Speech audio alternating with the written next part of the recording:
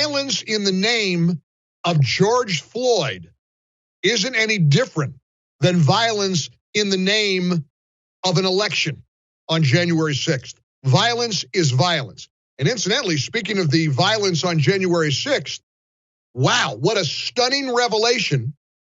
Months after it happened, the announcement that Officer Brian Sicknick died of natural causes. I mean, I'm not kidding you. This is stuff out of a movie.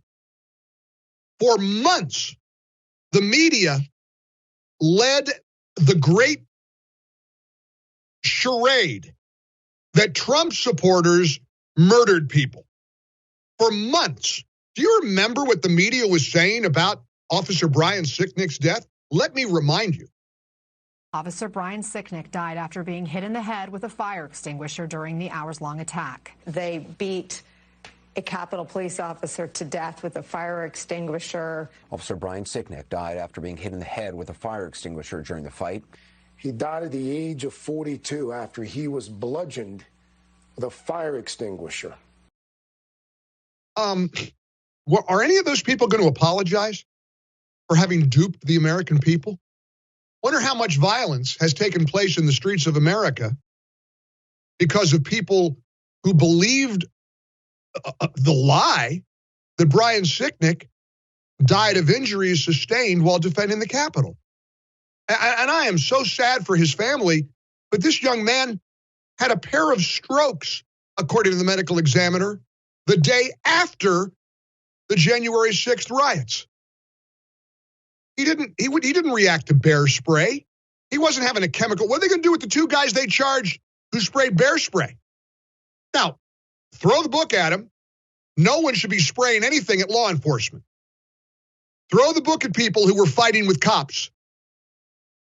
But by the way, that sword cuts both ways.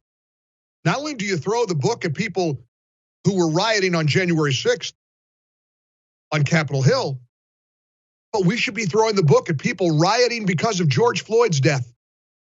We should be throwing there is no justification or value in violence. Kevin McCarthy is absolutely correct. Let me share with you the commentary by Eddie Scarry from the Washington Examiner.